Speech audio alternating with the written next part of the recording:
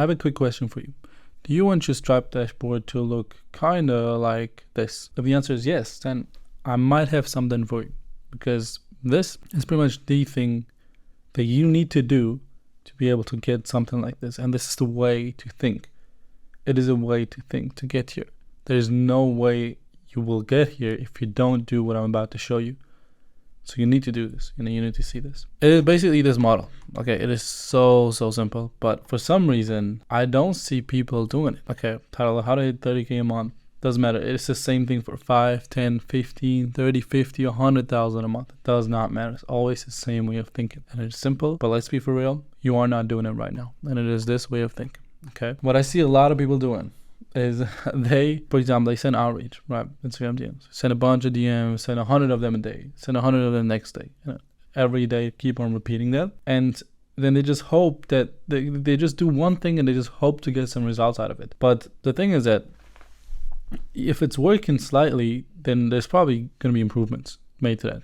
So don't just keep on repeating. And if it's not working, then there's definitely going to be improvements to be made to that. But even if you are getting clients, even if you are getting some responses, then there's still stuff that you can do to get more, like to get more replies, to get more responses.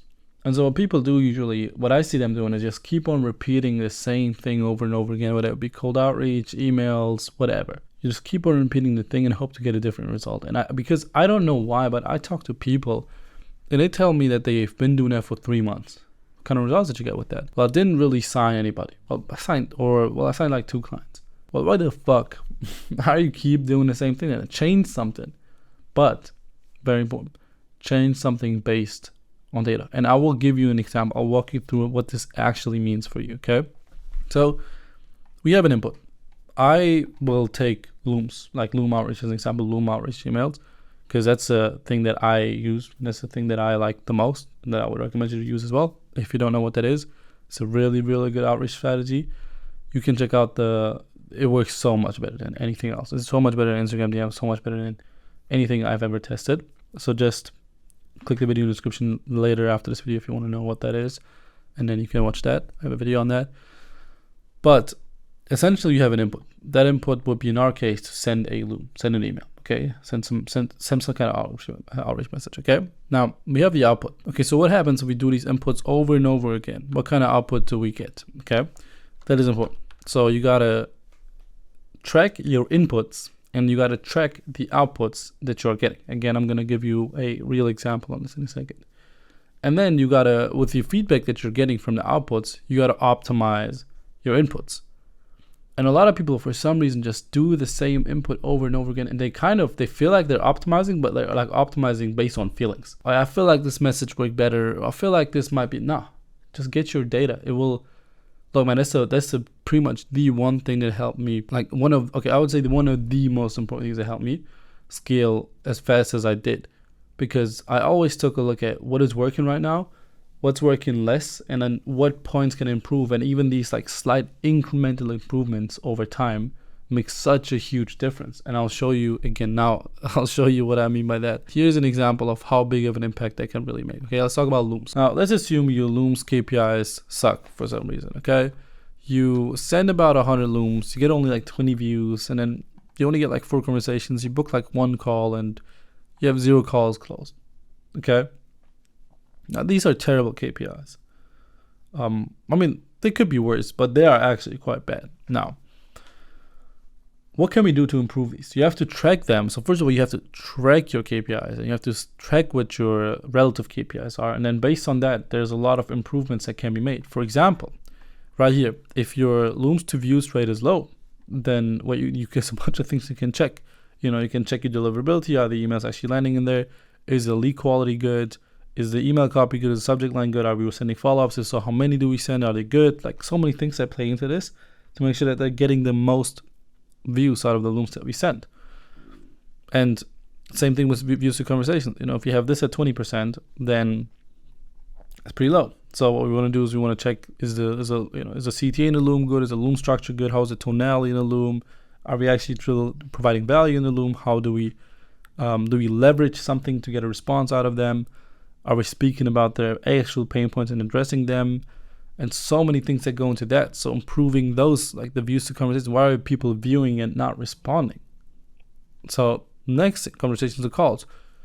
What are we doing wrong in the appointment setting? So are we making like crazy beginner mistakes with dropping prices in text, or are we maybe making some other mistakes, like maybe killing off the curiosity by answering the questions that they have in the like in the emails itself? Because people usually come back with questions to Looms.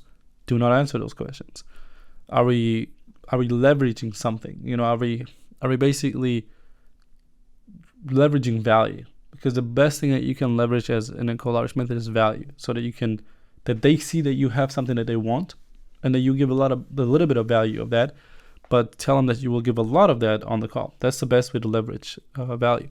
Are we creating a gap between where they are currently at and where they want to be at, so they have enough reason to actually hop on a call with us? And then why is our closing rate so bad? What are we doing wrong in sales? So many skills that need to be learned to get this right. I mean, so many. Looms to views. It's just like email copywriting, deliverability, subject line. Like basically, copywriting is the most important thing here. Here, than it is speaking skills. Like it's literally just like the way you talk, tonality, like the skill to speak in front of the camera and be persuasive. And then the next one is appointment setting. The skill of just appointment setting, booking calls. And the next skill is obviously the skill of sales. I'll demonstrate what kind of a big difference it makes. Let's take these KPIs, right? That's how we got a Looms to view rate of 20%, and then the views to conversations rate of 20%, and then here let's say 25, and then this are pretty much, let's just call it, usually it will be around 25 at least. Okay, so let's call it 25. So we have these KPIs, and we want to hit a revenue goal of 100, like 10,000 a month. Okay, and we charge average we charge 2,500 a month. Okay, now with these KPIs, we would have to send 1,600 Looms, which is a lot of Looms, to get to 10K a month, which is terrible. Now, if we improve these KPIs slightly, let's say we get this up to like 30%, we get this up to like 35%, and we get this up to like 40%, which is realistic if you're good at appointment setting. But let's actually call it 35%, okay? And let's call the closing when we get a little bit else better sales, get this up to 30%. Now, all of a sudden, we drop down by incremental improvements. We improve this by like, what was it, 5% or 10%, 10 to 15% on average, okay, which is doable, very, very doable. And these are not even crazy KPIs. These are good KPIs, but you could get them higher. You can get these up to 40 to 50. Now, even with these KPIs, we went from like 1,600 Looms that have to be sent to only 363, which is so much more doable. Now, you can still send 1,600 Looms, but it just means that you're going to make a lot more money. Let's say your goal now would be to hit 40,000 a month. Now, instead of, and this is still less than 1,600 Looms, 1,600 Looms. So if you would just we're going to improve your KPIs, you get result that you want so much faster. And if you do it doesn't mean you have to work less. You can still put in a lot of work in the inputs, but that just means you're going to get so many, like the results are going to be so much better. Let's calculate 30K. So if you want to hit 30,000, not 3, then you have to send 1,000 Looms with these KPIs. Now, again, like I said, these KPIs can be better. Mine are higher than this. Let's call it 40, 30. Now you have to have 625 for even 30,000 a month. So it really depends so much on the KPIs and how that you track them, that you meticulously tracking them, that you see how you can do incremental improvements on these KPIs. Don't just be like, I don't understand, but people are mindlessly just sending stuff out and hoping to get something out of it. How are you expecting that to happen? Don't do that. Actively think and use your brain. So many people are not using their brains for some reason. Think. Have a brain for a reason. Use that. Improve. Get better. So there's so much that you can make improvements on. And those little improvements make a huge difference on where you will be in a couple months from now. So do this. Create a tracker for yourself. Actually, if you want, you can DM me on Instagram and I will send that tracker over that I just showed you. If you do need anything, help with anything else, you can DM me on Instagram as well. It's probably going to be in the description as well. I hope you enjoyed this quick one. I'll see you in the next one, and take care.